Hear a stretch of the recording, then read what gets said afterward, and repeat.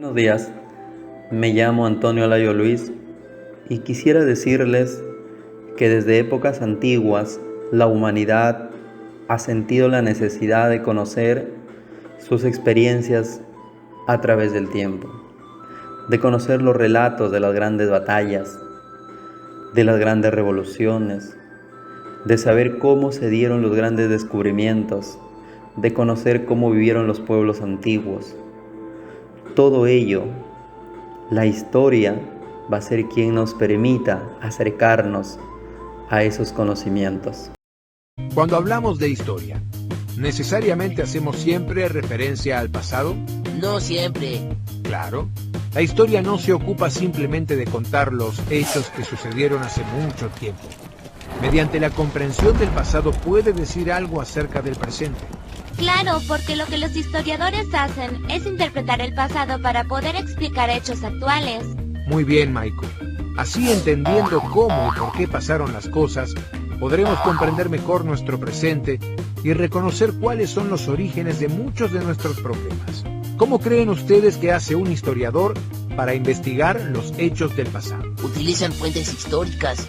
Fuentes históricas o documentos que pueden ser de diferentes tipos. Fuentes materiales, orales, escritas y artísticas o gráficas. Cierto. Además, yo leí que también pueden ser primarias o secundarias, según cuándo se hayan producido. Las primarias son las más cercanas a la época que el historiador investiga. Sí, por ejemplo, la reproducción del grabado de alguna tumba de un faraón se transforma en manos del historiador en una fuente primaria a la hora de estudiar el antiguo Egipto. Exacto. En cambio, las secundarias son las producciones hechas por otros historiadores sobre algún tema en particular, como un libro que habla sobre el antiguo Egipto. Bien, ¿y qué otros recursos utilizan? Los ejes cronológicos para ondear los hechos que sucedieron en el pasado. ¿Y cómo lo hacen? ¿Cuál es el comienzo del eje? Depende de lo que quiera ubicar y del calendario que utilice. Si el eje se construye tomando como referencia la era cristiana, el punto de partida será el nacimiento de Cristo. A la derecha del año 1, nacimiento de Cristo, los sucesos se contarán con números positivos, y a la izquierda, con números negativos. Y para escribir alguna fecha anterior al nacimiento de Cristo se usa la abreviatura AC. En cambio, si ocurrió después del nacimiento de Cristo, se pone DC. También, los historiadores se pusieron de acuerdo y dividieron el pasado en edades históricas para ordenarlo y estudiarlo con mayor facilidad. Yo escuché hablar de la prehistoria, ¿puede ser? Sí, Nati, pero esa forma de referirse al período ya casi no es utilizada por los historiadores. Antes se decía que la historia comenzaba con el origen de la escritura. Entonces, las sociedades que no conocían la escritura no eran consideradas parte de la historia. Hoy se valora también a las sociedades ágrafas, es decir, a las que no tenían escritura, ya que produjeron otras formas de comunicación. Los historiadores se juntaron durante el siglo XIX y decidieron dividir el pasado en edades, eligiendo como único criterio de división solo sucesos europeos. Así, el pasado quedó fragmentado en diferentes edades: edad antigua, edad media, edad moderna y edad contemporánea. Esta división se hizo para poder analizar ordenadamente los hechos del pasado. Profesor, los historiadores trabajan con los antropólogos, ¿no? Así es, Nati. Para analizar la historia antigua, por ejemplo, la vida de los primeros seres humanos, generalmente se forman equipos de trabajo, y los historiadores trabajan con arqueólogos y antropólogos. Los antropólogos trabajan en los diferentes sitios arqueológicos, excavando para desenterrar restos que aporten datos para la reconstrucción del pasado. Los objetos encontrados se registran y se analizan con el método del carbono 14, que permite conocer la fecha de los restos materiales. Se miden los partes de radioactividad que contiene la materia encontrada, que fue disminuyendo lentamente desde la desaparición del ser vivo. Así se reconstruye la historia de muchas sociedades, aunque no hayan dejado nada escrito. Santi, ¿no sabes qué hermoso era el lugar que visitamos con mi familia? La Cueva de las Manos, en Argentina. Fuimos a muchas cuevas que tenían pinturas rupestres hechas por los hombres y mujeres que, según nos explicó el guía turístico que nos acompañaba, vivieron durante el Paleolítico. Ahora puedo entender más acerca de la vida de los primeros seres humanos hace millones de años. Vamos a continuar con la definición de historia. La historia es una ciencia social que se ocupa de estudiar el pasado de la humanidad, desde sus orígenes hasta nuestros tiempos.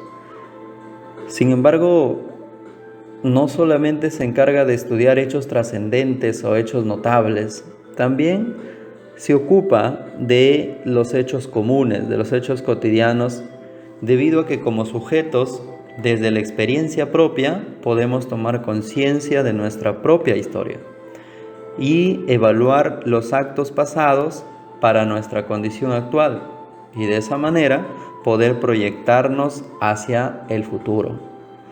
Por otro lado, debemos tener presente que historia proviene del griego historio o historiem, que quiere decir pesquisa, investigación, información.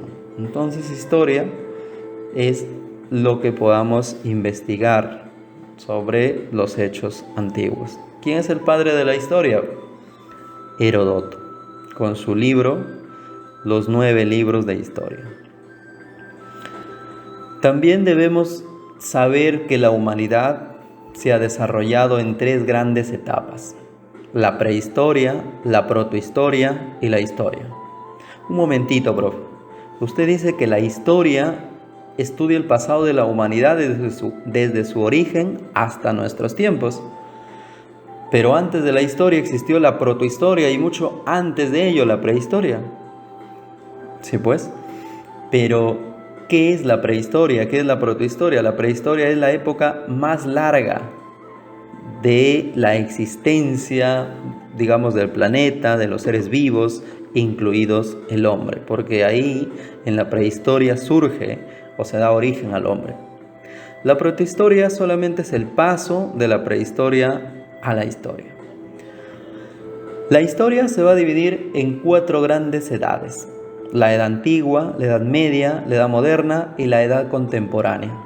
La edad antigua se inicia en el año 3500 aproximadamente, con la invención de la escritura, hasta la caída del Imperio Romano de Occidente en el año 476, y va a dar origen a la Edad Media, que va a terminar en 1453 con la toma de Constantinopla, dando origen a la Edad Moderna, para terminar con la Revolución Francesa en 1789. De ahí en adelante se vive la edad contemporánea. Es la edad en la cual estamos viviendo. Todos estos acontecimientos, por lo general, se han dado en Europa. Por eso se dice que esta división de historia tendría una connotación eurocentrista, porque los principales hechos son de Europa. ¿Quién hizo esta división? Cristóbal Keller. Por otro lado, tendríamos a los participantes de la historia. Y aquí es importante, toda ciencia debe tener un objeto de estudio. ¿Y cuál es el objeto de estudio de la historia? Es el hecho histórico.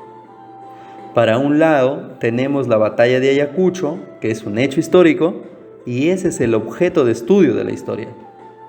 Y al otro lado están los sujetos de la historia. En este caso, ¿quién es el sujeto de la historia? El ser humano. Entonces, sujeto de historia, el ser humano. Objeto de historia, el hecho histórico. Tenemos 2 ciencias que se consideran los ojos de la historia. Una es la cronología, que es la ciencia que estudia el tiempo, y la otra es la geografía, que es la ciencia que estudia el medio ambiente en relación con el hombre. ¿Por qué decimos que estas ciencias son los ojos de la historia? La primera, la cronología, es aquella que nos responde la pregunta de ¿cuándo? ¿Cuándo surge o cuándo se da, cuándo se produce un hecho histórico?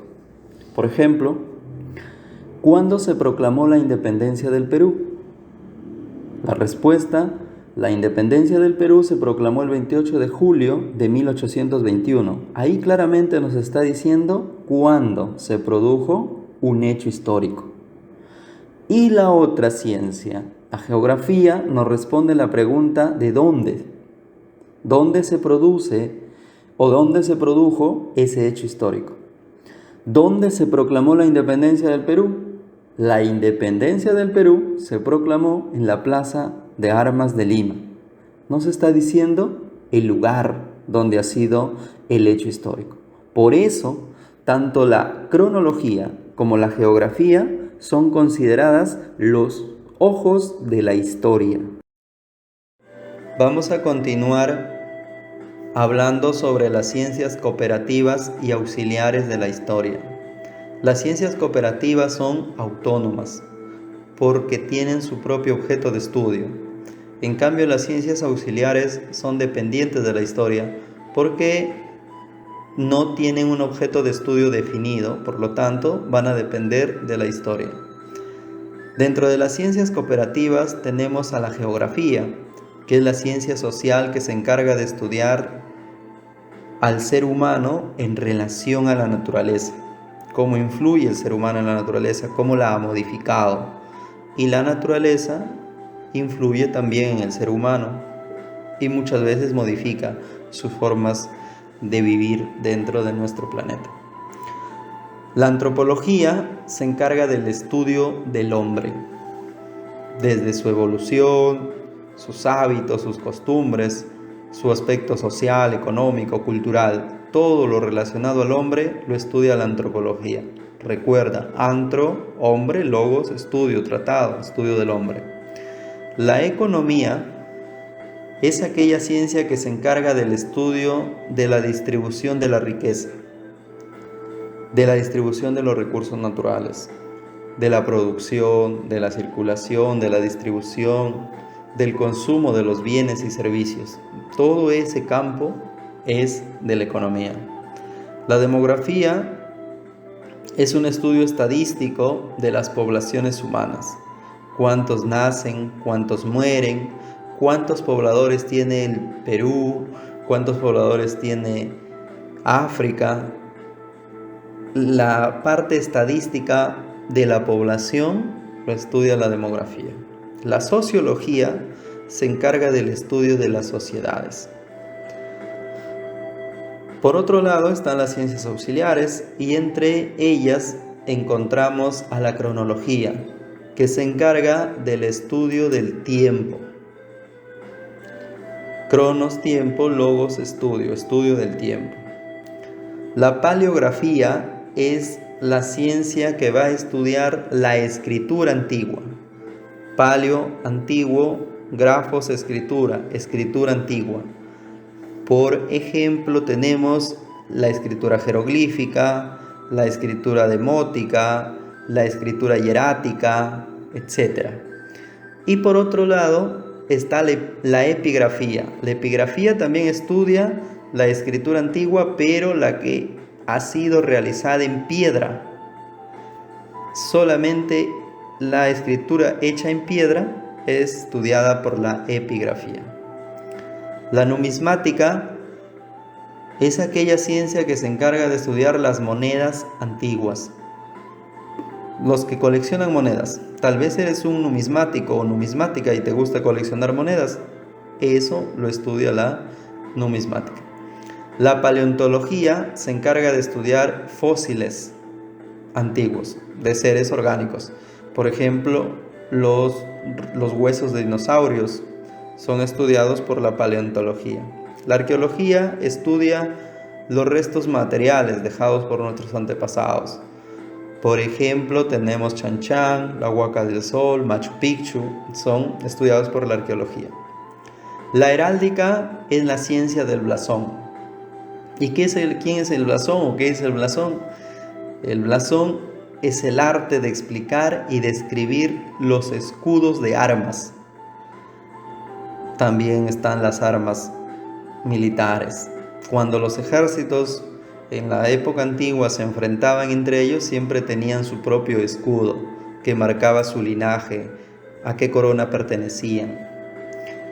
La etnografía se encarga del estudio de las costumbres del ámbito cultural, tradiciones de un pueblo. La filatelia se encarga del estudio de las cartas, sellos y cualquier documento postal antiguo. También tenemos la bibliografía, que estudia los libros. Tenemos las fuentes de la historia, que se van a clasificar en dos grandes grupos: las fuentes primarias o directas y las fuentes secundarias o indirectas. ¿Qué son las fuentes primarias? Son todos los documentos históricos que pertenecen a la época analizada. Si nosotros quisiéramos conocer la cultura moche y nos vamos a estudiar la huaca del sol, la huaca de la luna, la huaca rajada, hacemos excavaciones para ver qué descubrimos y de pronto sacamos un huaco retrato, eso es una fuente primaria. O si por ejemplo nos cuentan la leyenda de los hermanos Ayar en el Cusco, una tribu cusqueña, un pueblo cusqueño originario, también es una fuente primaria. Las fuentes primarias entonces son todos los documentos de esa época. Pueden ser escritas, pueden ser materiales o arqueológicas, pueden ser orales, pueden ser etnográficas, pueden ser lingüísticas. Y por otro lado están las fuentes secundarias, que son los estudios elaborados por otros investigadores sobre acontecimientos pasados y pueden servir como referencia o guía en el análisis del historiador. Por ejemplo, si nosotros tomamos un libro del CEPUN, digamos, donde tú vas a encontrar todo sobre la historia universal y la historia del Perú, esa es una fuente secundaria. Los trabajos de investigación que han hecho los historiadores, los antropólogos, los arqueólogos, esos son fuentes secundarias. Vamos a empezar estudiando las fuentes arqueológicas o materiales, o también llamadas monumentales. Son todos los restos materiales que nos han dejado nuestros antepasados. Tenemos los antroposomáticos, que pueden ser esqueletos, dientes, cabellos. Por ejemplo, la momia Juanita, que fue descubierta en Arequipa, es un resto antroposomático. Tenemos construcciones arquitectónicas que son los palacios, las fortalezas, los templos. Por ejemplo, tenemos a Chichén Itzá, a Lanzón Monolítico, Chan Chan, Machu Picchu, la Huaca del Sol, la Huaca de la Luna. Y también tenemos los vestigios muebles o los restos muebles, lo que se puede mover de un lugar a otro. Por ejemplo, las cerámicas, las armas que se han encontrado, las monedas, la vestimenta. Esas son las fuentes arqueológicas materiales o monumentales. También tenemos las fuentes escritas o documentales. Son todos los tipos de escritura que nos han dejado nuestros antepasados. Pueden ser crónicas, libros, escritura en piedra. Por ejemplo, tenemos los comentarios reales de los incas, escritas por el Inca Garcilaso de la Vega, que es un libro que cuenta o narra la historia de los incas. Un papiro, donde está escrito en jeroglífico la historia de Egipto. Y a la mano derecha estaría la piedra Rosetta.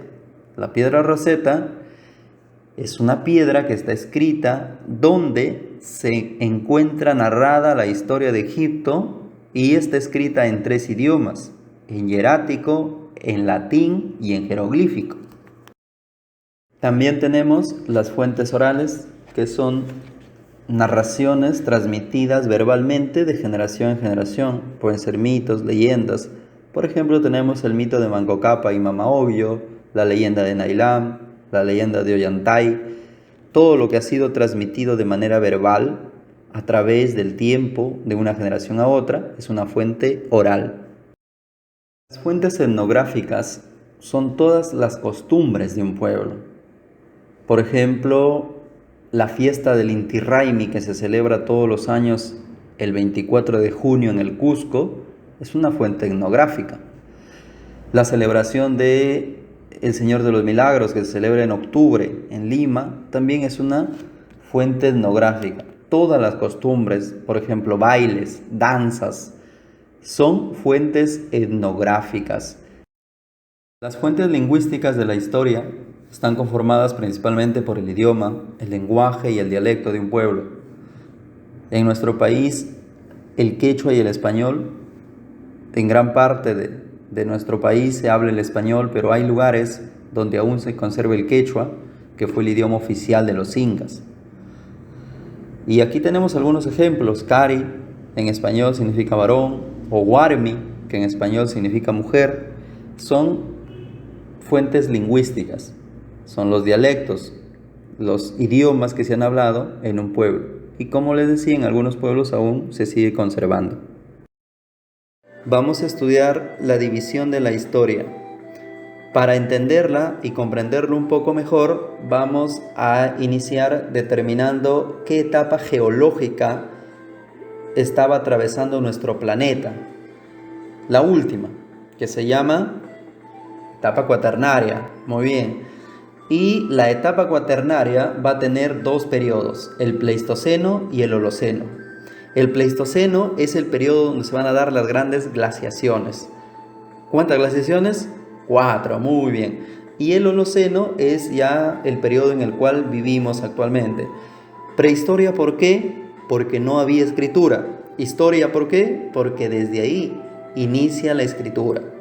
La prehistoria es una de las etapas. Las otras dos, proto, y la última, historia, en la que estamos viviendo. La prehistoria se le conoce como la aurora de la humanidad. ¿Por qué? Porque se va a dar inicio. Es el amanecer del hombre, es el inicio del hombre, por eso se le conoce como la aurora de la humanidad. Es la etapa más larga de la humanidad, obviamente. Inicia aproximadamente hace 20 millones de años. La historia lleva desde el 3500 a.C., cuando se inventa la escritura, hasta el año 2020, que estamos viviendo actualmente, suma. Y te das cuenta que la prehistoria, pues, 20.000 años antes de Cristo, imagínate. Y se va a dividir en dos grandes edades. La edad de piedra, con sus periodos, el paleolítico, el mesolítico y el neolítico, y la edad de los metales, con sus periodos de cobre, bronce y el hierro. La protohistoria ya habíamos mencionado que solamente es el paso de la pre a la historia. Padre de la prehistoria, Bouchers de Perthes. Y padre de la historia, Heródoto. La historia inicia con la invención de la escritura, y en la Edad Antigua se dan las grandes culturas de Oriente y también las grandes culturas de Occidente, las más importantes, Grecia y Roma. Los griegos han inventado casi todo y los romanos se encargaron de difundir la cultura griega por el mundo. En la Edad Media es una época oscura, se inicia con la caída del Imperio Romano de Occidente, y es una época oscura porque la Iglesia Católica ya no permite que se siga avanzando en conocimiento, en ciencia, y se dedica un poco más a la religión. La Edad Moderna se inicia con la toma de Constantinopla por los turcos, y aquí pues se va a dar el Renacimiento principalmente. El Renacimiento, la Ilustración, la primera Revolución Industrial. Y luego viene la Revolución Francesa, que va a dar origen a la Edad Contemporánea. En esa Edad Contemporánea estamos viviendo actualmente. Ahora estudiaremos la división de la historia de una manera más detallada. Empecemos con la prehistoria. La prehistoria tiene dos grandes edades, la edad de piedra y la edad de los metales. La edad de piedra inicia hace 20 millones de años aproximadamente y termina entre el 8000 y 5000 años antes de Cristo para dar origen a la edad de los metales. La edad de los metales va desde esa época hasta el año 3500, cuando se inventa la escritura. De allí en adelante podemos hablar de historia. Ubiquémonos aquí, en la prehistoria. La edad de piedra tiene tres periodos: el paleolítico, el mesolítico y el neolítico. Paleolítico significa paleo, antiguo, y lítico, piedra, piedra antigua. El mesolítico es el paso, la mitad, el paso del paleolítico al neolítico. Y el neolítico es la nueva piedra. Empecemos en el paleolítico. ¿Cómo vive el hombre en el paleolítico? En el paleolítico el hombre vive en bandas. Su banda va de un lugar a otro. consume todo lo que encuentre en un lugar y se va a otro lugar. Por eso en esta época se considera que el hombre es un depredador nómada. Se organiza en bandas y va de un lugar a otro depredando la naturaleza, tanto en su fauna como en su flora. En el Paleolítico, el hombre entonces es recolector, es pescador, es cazador de animales megafáunicos. Acuérdate que aquí estamos en el Pleistoceno y existe la megafauna. Entonces el hombre aquí va a ser un cazador megafáunico. El esmilodonte, el gliptodonte, el calicotero son grandes animales que el hombre caza en esta época. Por eso se le llama cazador megafáunico. Y el Paleolítico se va a dividir en 3 periodos. El Paleolítico inferior, medio y superior. En el Paleolítico inferior se da el origen del hombre, el periodo de hominización. Empezamos con los Australopithecus, que aún no son considerados hombres u homínidos, sino Australopithecus, que significa mono del sur. Austral viene de austral y Pithecus es mono del sur. Que vamos a encontrar uno de los principales restos es Lucy, el esqueleto. Y luego viene el género Homo. Desde aquí el homínido, el Homo habilis, que es considerado el primer ser humano y el primero en fabricar herramientas. La cultura de Guijarros es que el hombre utiliza su inteligencia por primera vez para fabricar sus propias herramientas. Al lado izquierdo de Paleolítico vemos 2 piedras. Esas piedras pertenecen a la cultura de Guijarros, porque el hombre empieza a tallar la piedra de una manera tosca para usarlo como armas u herramientas. Entonces, el primero en usar herramientas es el Homo habilis y son la plebe culture. ¿Por qué se le dice plebe culture? Porque en esta época, a través de guijarros, de piedras toscas, van a construir sus herramientas. Luego viene el Homo erectus, y el Homo erectus va a usar el fuego. Al usar el fuego va a seguir evolucionando. Su cerebro, al comer la carne cocida, por ejemplo, va a aumentar de tamaño. Y va a construir, ya no solamente se va a quedar en armas toscas de piedra, sino también va a ser bifaces, que son hachas de piedra. ¿Sí? Ya no solamente es una piedra sola, sino ya empieza a darle la forma de un hacha y se les llama bifaces. Luego tenemos el Paleolítico medio. Aquí vamos a encontrar ya al Homo sapiens. El Homo sapiens, o también llamado hombre de Neandertal. Con él aparece el lenguaje articulado, las primeras palabras aparecen con el Homo sapiens, o también llamado hombre de Neandertal. Él ya entierra a sus muertos, por lo tanto ya tiene ritos. Estos ritos religiosos, ritos mágicos, aparecen justamente con él. Y por último, en el Paleolítico superior vamos a encontrar al hombre de Cro-Magnon. El hombre de Cro-Magnon vendría a ser el Sapiens sapiens. Este hombre de Cro-Magnon tiene cosas importantes porque ya usa el arco y la flecha. Ya tiene arte, y dentro del arte va a tener 2 tipos de arte. El arte parietal, que nosotros también lo conocemos como arte rupestre. Un ejemplo claro de arte rupestre encontramos en Altamira, España, una cueva donde está pintada la cacería, cómo el hombre cazaba en esta época. Y allí vamos a determinar, en Altamira, España, un arte rupestre de este Paleolítico superior. Y también está el arte mobiliar. El arte mobiliar tiene que ver con la escultura, y la escultura más famosa de este periodo es la Venus de Willendorf, que fue encontrada en Austria. Es una mujer construida a base de piedra, y de allí también se podría determinar que no solamente el hombre fue el que dominó esta época, sino también la mujer, un matriarcado. Luego pasamos al Mesolítico. Si en el Paleolítico el hombre es depredador nómade y vive en bandas, en el Mesolítico el hombre es un transhumante y ya no vive en bandas, vive en clanes. De allí tú me vas a determinar cuál es la diferencia entre banda y clan. Entonces aquí viven clanes, empieza la horticultura, empieza a darse los inicios de la agricultura y se empieza a extinguir la megafauna, empiezan a desaparecer los grandes animales. Por lo tanto, eso trae una crisis a la cacería. Al haber una crisis en la cacería, el hombre tiene que adaptarse y va a iniciar con la horticultura, con el pastoreo en corral.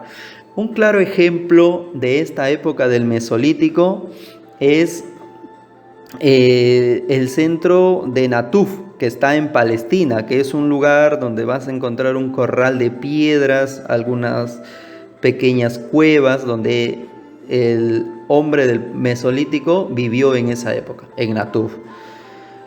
Y por último, en este periodo de la Edad de Piedra está el Neolítico. Nuevo, lítico, piedra, la piedra nueva, la piedra pulimentada, la piedra fina. Aquí el hombre va a ser sedentario y por ser sedentario ya no va a vivir en bandas ni en clanes, sino en tribus. Aquí es donde empieza a vivir en tribus.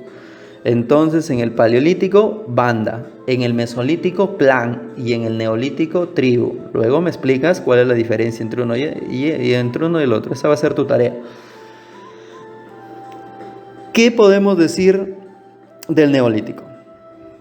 Que se da la revolución neolítica. ¿Qué es la revolución neolítica? Que el hombre se vuelve sedentario, que el hombre se vuelve ganadero, que el hombre se vuelve agricultor, que se va a organizar en clanes, que le da culto a sus muertos. Acuérdate que ya inician enterrando a sus muertos con el hombre de Neandertal. Entonces ya aquí hay culto a los muertos. Y lo más importante que va a haber es el arte megalítico. ¿Qué es el arte megalítico? Lítico, piedra, mega, gigante, grande, ¿no? Entonces el arte megalítico es la escultura en piedra gigante. Y hay tres tipos de artes megalíticos: el menhir, el dolmen y el cromlech, que en estas pequeñas imágenes se pueden determinar. El menhir es una piedra alargada colocada de forma vertical, es una sola, está hundida, enterrada en el suelo para que no se caiga, y se podría decir que esa es la primera forma de adoración, de culto al sol. Es un templo de adoración, si quieres. Luego está el dolmen. El dolmen es una gran mesa de piedra. Vamos a poner varios menhirs y encima una piedra gigante, una mesa de piedra. Por lo general era usado como tumbas, mesa grande de piedra, el dolmen. Y en la parte inferior vamos a encontrar el cromlech. El cromlech es un conjunto de menhires que cierran un espacio de terreno de forma circular. Vamos a plantar menhires de forma circular y dentro de ello hay un cromlech. Por lo general se dice que era un observatorio. Entonces el menhir, para rendir culto, el dolmen es una tumba, es una mesa de piedra, y el cromlech es un observatorio, un conjunto de menhires distribuidos de manera circular. Ahora vamos a ver la edad de los metales. La edad de los metales inicia con la edad de cobre. El cobre es el primer metal descubierto por el ser humano. Y aquí no se deja de lado la piedra, sino se va a usar de manera simultánea la piedra y el metal. Se va a inventar la rueda y se va a dar inicio a la metalurgia. Gracias al inicio de la metalurgia se puede afirmar que llega la edad de bronce, porque va a haber aleaciones. ¿Aleaciones de qué? De cobre y estaño para poder determinar el bronce. Se inician las primeras civilizaciones como Mesopotamia y Egipto. Y se va a dar el inicio a la escritura.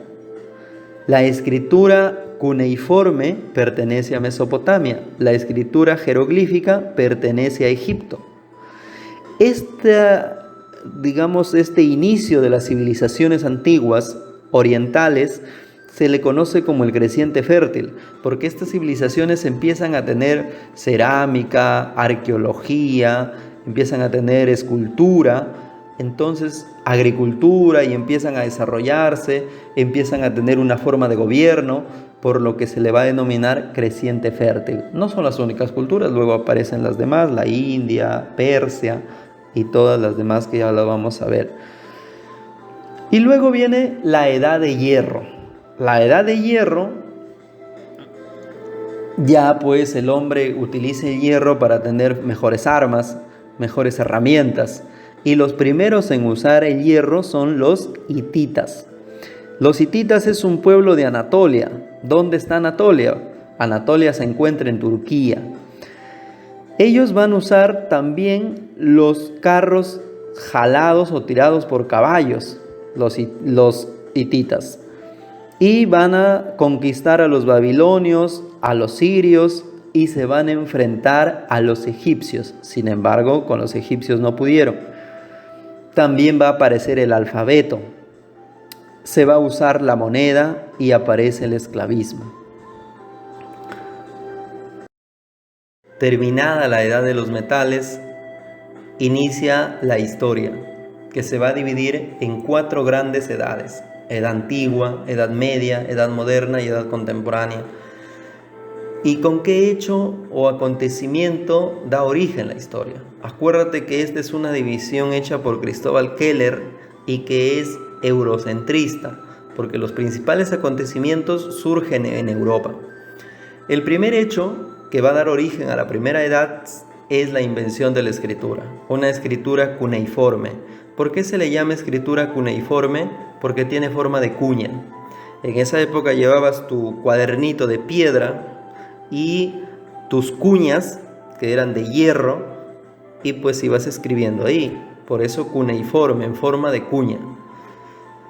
Otro de los acontecimientos importantes que se da en la Edad Antigua es el nacimiento de Jesús en el año 0, acuérdate, en el año 0. Pero antes del año 0 se dan origen a las grandes civilizaciones orientales como Mesopotamia, como Egipto, la India, China, Persia, Fenicia. Todas esas culturas orientales van a encontrarse en la Edad Antigua. También están las culturas occidentales, las dos más importantes y las más grandes de la humanidad, Grecia y Roma. Grecia, sin duda, es la cuna del conocimiento, porque en Grecia se ha inventado casi todas las ciencias que conocemos.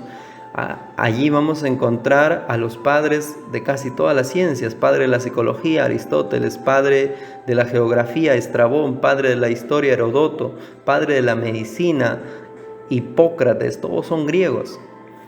En su arquitectura, por ejemplo, el Partenón, que es uno de los monumentos más importantes de la humanidad.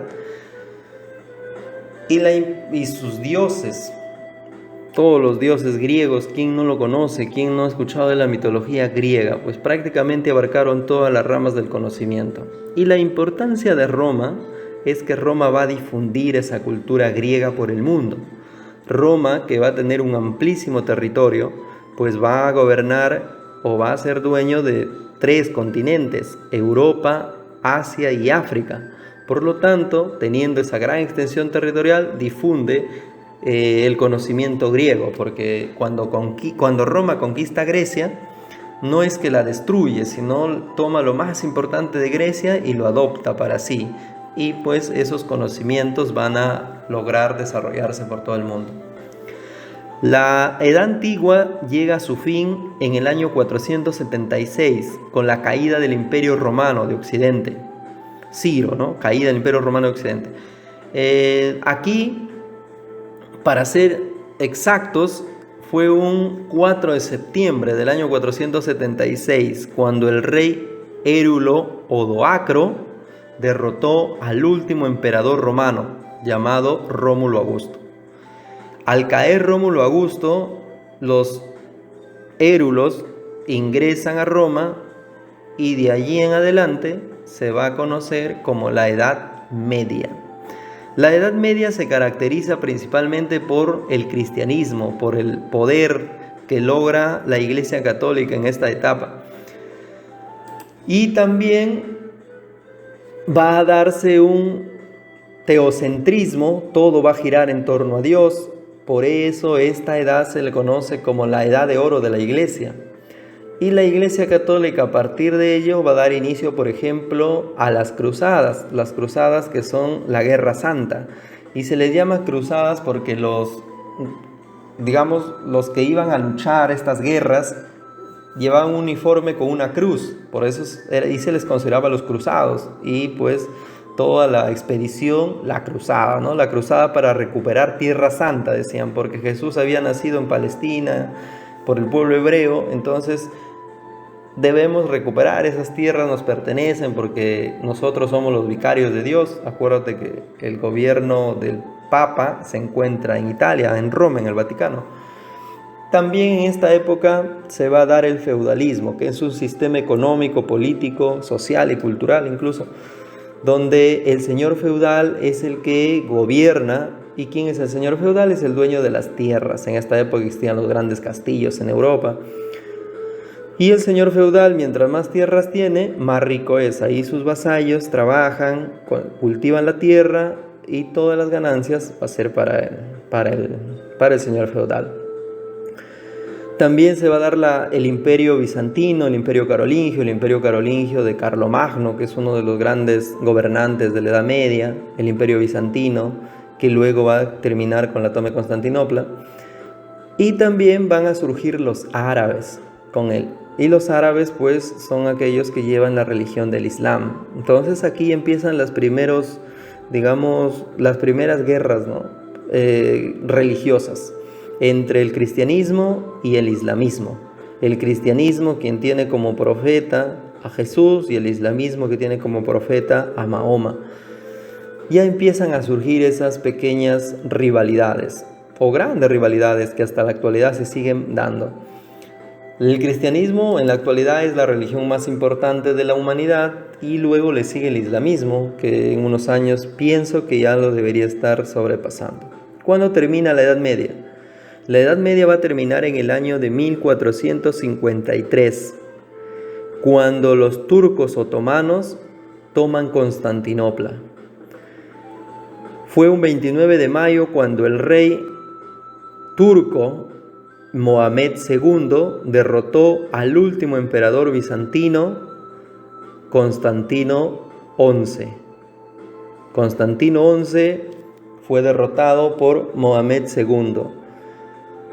El 28 de mayo llegan los turcos ya a Constantinopla. Ya venían desde el 7 de mayo aproximadamente ya asediando Constantinopla. Constantinopla, que anteriormente ese lugar era conocido como Troya. Ahí fue la guerra de Troya. Troya se convirtió en Constantinopla, la capital del Imperio Bizantino, y es tomada por los turcos otomanos. Y los turcos, que son de la rama islámica, van a destruir toda la cultura. No.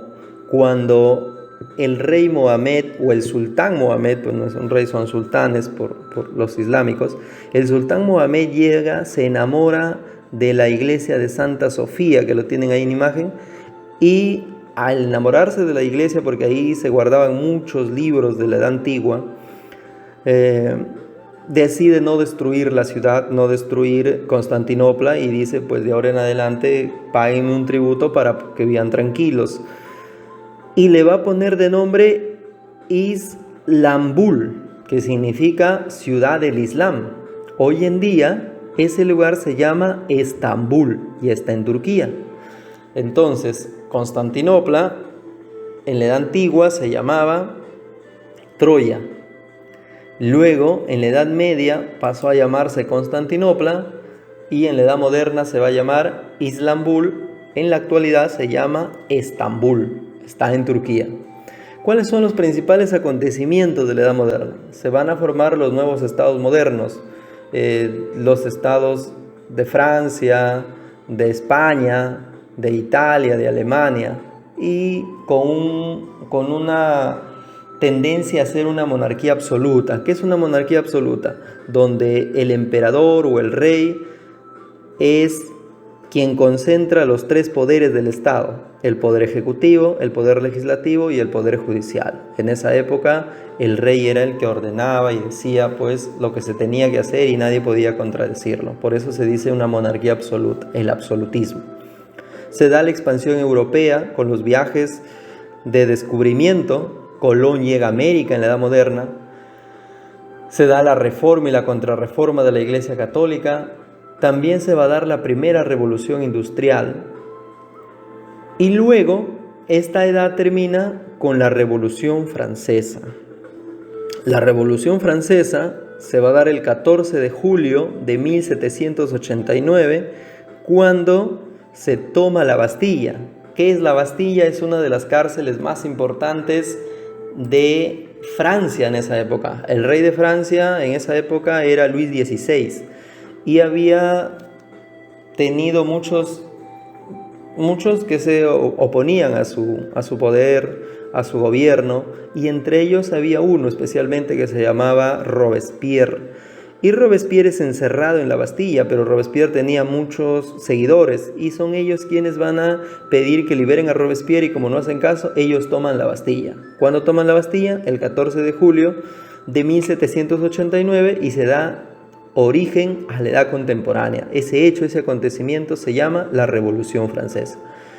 ¿Y cuáles son los principales hechos de la edad contemporánea? Es la época en la que estamos viviendo actualmente. En esta época se da la segunda revolución industrial, se da el imperialismo, la Primera Guerra Mundial, la Segunda Guerra Mundial, la Guerra Fría, el terrorismo, la globalización, la tecnología. Nos volvemos una sociedad muy consumista. De esta manera llegamos al final. Recuerda que tienes una práctica la cual debes resolver. Gracias.